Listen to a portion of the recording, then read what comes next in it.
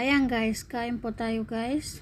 Today's video guys, ang kakainin po natin ay KFC. Hindi tayo nagluto dahil kain muna tayo ng KFC. Tapos meron tayo dyan ketchup guys. Tapos yung french fries natin dito guys, cheese. Ayan, so yummy. Sarap niyan. Tapos yung ating KFC, spicy po ito guys. 12 pieces lang po yan guys. Pero okay na, hindi na maubos eh. Ang dami kaya niyan. Siyempre, meron tayo soft drinks dyan guys. Hindi mawawala yung pangtulak guys. Kasi masarap kasi yung pangtulak.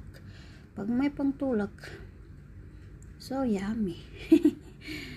Ay naku, wala akong alam sasabihin. Kaya siguro short video na lang. So yan guys, kakain na po tayo guys dyan.